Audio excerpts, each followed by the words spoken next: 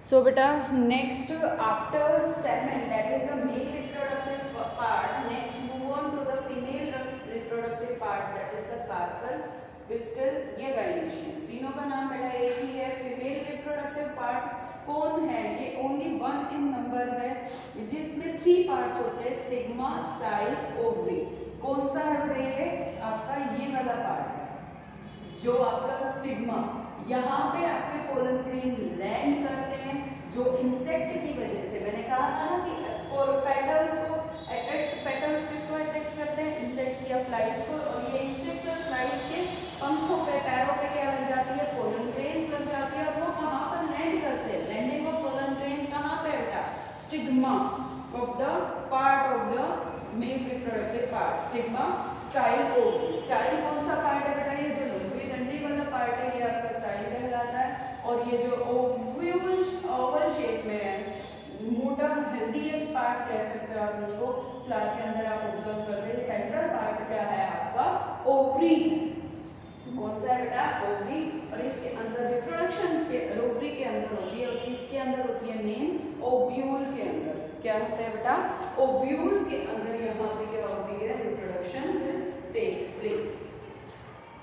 सो next आ जाता है बेटा, जब हम फ्लावर के बारे में पढ़ते हैं और फ्लावर के रिप्रोडक्शन के बारे में पढ़ते हैं तो हमें ये चीज़ समझ में आ जाती है कि हमारा क्या पार्ट्स, फ्लावर के पार्ट्स होते हैं 4, सेपल, पेटल, स्टेमन और कार्पल. अब क्या हो गया? मेन हमें क्या समझ में आ गया कि डिफरेंट पार्ट्स होने के बाद जो वो पोलन ग्रेन्स है वो कहाँ से कहाँ ट्रांसफर हो रही है? वो एंथर से यहाँ से पोलन ग्रेन्स रिलीज होंगी माइक्रो स्पोर्स में बेटा, और कहाँ लैंड होंगे? स्टिग्मा के ऊपर. और जब इसकी इसी लैंडिंग वाली चीज को हम क्या बोलते हैं बच्चों? पोलिनेशन. क्या बोलते हैं इस प्रोसेस को? Pollination. So next is the topic we will continue in the reproduction of flower, that is pollination. अब हमें क्या पढ़ना है? pollination. pollination क्या होता है? Transfer of pollen grains. Transfer of pollen grains from anther to stigma. ये नहीं होता कि बेटा अब आपका पोलन ग्रेन है रोज के और वो चले जाए जैस्मीन के ऊपर और रिप्रोडक्शन करे, ऐसा नहीं होता. ये तो खास बात है जो आपको ध्यान देनी है कि ऐसा बिल्कुल नहीं होता कि जो पोलन ग्रेन्स है वो एंथर टू स्टिग्मा जा तो रहे हैं लेकिन डिफरेंट फ्लावर्स के अट्रैक्ट नहीं होते. सिचुएशन होना चाहिए, एनवायरनमेंट होता है बेटा. और जब ये ट्रांसफर होते हैं फ्रॉम एंथर टू स्टिग्मा, ये एक्चुअल में 2 तरीके से होते हैं. मतलब पोलिनेशन 2 टाइप्स की होती है, self pollination, cross pollination. Self pollination, cross pollination. अब आपको मैंने स्टार्टिंग में पढ़ाया था फ्लावर के 2 टाइप्स होते हैं, बाइसेक्सुअल फ्लावर या unisexual flower.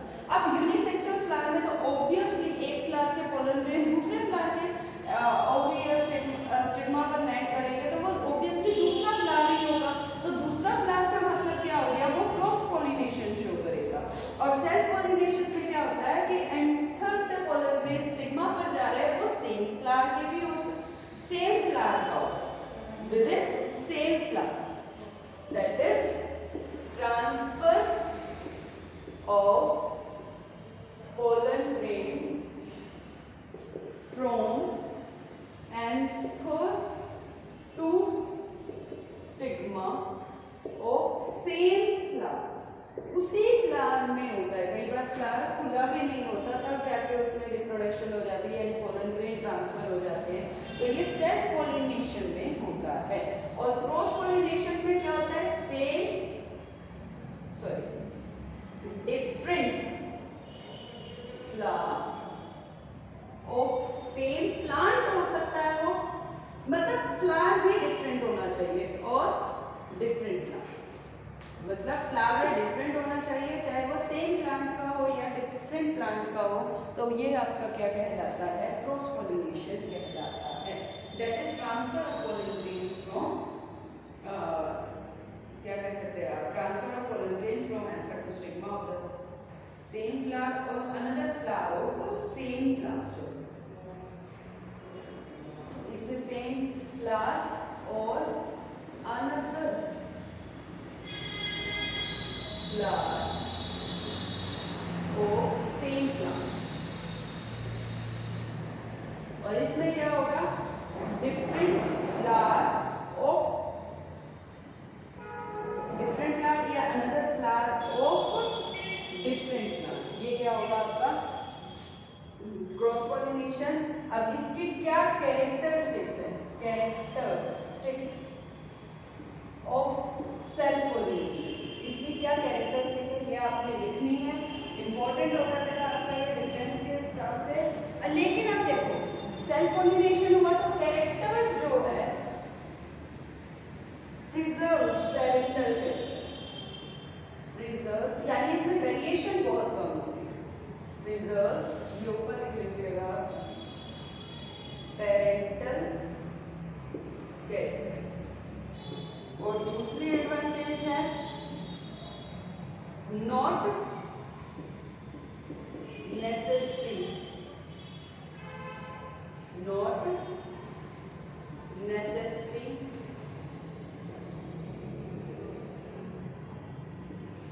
To produce nectar. Nectar होता है बेटा जैसे वो खुशबू, आप कह सकते हो ना फ्लावर में खुशबू आती है, वो नेक्टर। ओडर यानी खुशबू, और भी कलरफुल, इसको कलरफुल भी होना ज़्यादा जरूरी नहीं। और क्रॉस पॉलिनेशन की कैरेक्टरिस्टिक कह लो या एडवांटेज कह लो, एडवांटेज क्या है कि हेल्दियर ऑफस्प्रिंग्स, मतलब जो इससे बनेगा रिप्रोडक्शन से वो हेल्दी होगा, इसमें वेरिएशन बहुत ज़्यादा होगी। मोर वायबल मतलब वेरियस कंडीशन में जब सीड्स खराब हो जाते हैं, वो खराबी का मतलब उसकी रिप्रोडक्शन की हेल्थ का इतना कोई खास अंतर नहीं पड़ता, वो स्टेबल होता है एक तरीके से। तो आज हमने क्या पढ़ा बेटा, रिप्रोडक्शन के बारे में समझा कि रिप्रोडक्शन क्या होती है। इसके बारे में समझने के बाद अब हम आ जाते हैं इसके बारे में कि रिप्रोडक्शन होती कैसे। जब एंथर से स्टिग्मा पर पोलन ग्रेन्स पहुंच गए तो आगे क्या होता है, इसके बारे में मैं अब आपसे बात कर रही हूँ। फ्लावर का डायग्राम ड्रा कर रही हूँ।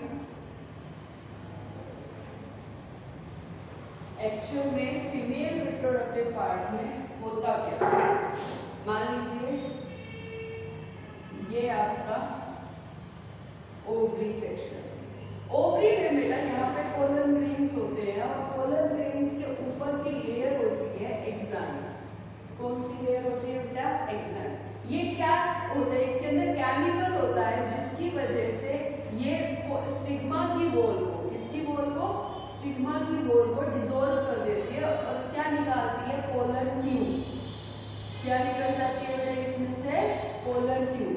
और ये पोलन ट्यूब कहाँ पे आके मिलती है बेटा, ये ओव्यूल में आके मिलती है। किसमें मिलती है बेटा, ओव्यूल में आके मिलती है। ऐसे कौन मिलती है, पोलन ट्यूब। फिर इसमें से जो पोलन ग्रेन है, रिप्रोडक्टिव पार्ट है, वो नीचे आएगा और किसके साथ फ्यूज करेगा, जो इसके अंदर जर्म सेल्स, ये कौन सी सेल्स है, जर्म सेल्स, और ये फीमेल गैमेट, यहाँ सेंटर में फीमेल गैमेट प्रेजेंट होता है, ये जर्म सेल्स होती है, इनके साथ जाकर ये फ्यूज करेगा। यानी male gamete plus female gamete,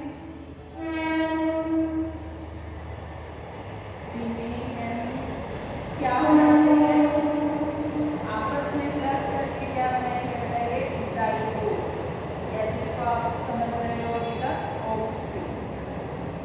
क्या बनाएंगे, ये जाइगोट बनाएंगे, ऑफस्प्रिंग बनाएंगे, यानी फर्टिलाइजेशन होगी। और फर्टिलाइजेशन का प्रोसेस क्या कहलाता है हमारा, क्या प्रोड्यूस करता है, जाइगोट या प्रोसेस। इस प्रोसेस को mixing of female gamete with the male gamete is called the fertilization. क्या बोलते हैं बच्चों इससे? फर्टिलाइजेशन। क्या बनेगा? जाइगोट। और इसमें क्या बनता है एक्चुअल में?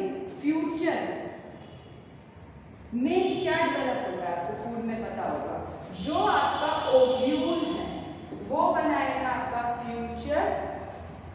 ओव्यूल क्या बनाएगा? फ्यूचर सीड, जो बीज बनते हैं। और ओवरी क्या बनाता है बेटा? आपका फ्यूचर फ्रूट बनता है। रिप्रोडक्शन के लिए फ्रूट बनता है ना, फ्लावर से फ्रूट बनता है, ऐसे फ्रूट नहीं बनता। तो ओवरी से बन गया बेटा आपका फ्यूचर फ्रूट और ओव्यूल से बन गया आपका सीड। अब ये होता है बेटा एक्चुअल प्रोसेस जो आपके फ्लावर में रिप्रोडक्शन में होती है। Is it clear to everyone कि रिप्रोडक्शन में एक्चुअली में क्या प्रोसीड होता है? वो इस तरह से होता है। नेक्स्ट हम जर्मिनेशन ऑफ सीड कल पढ़ेंगे। Thank you.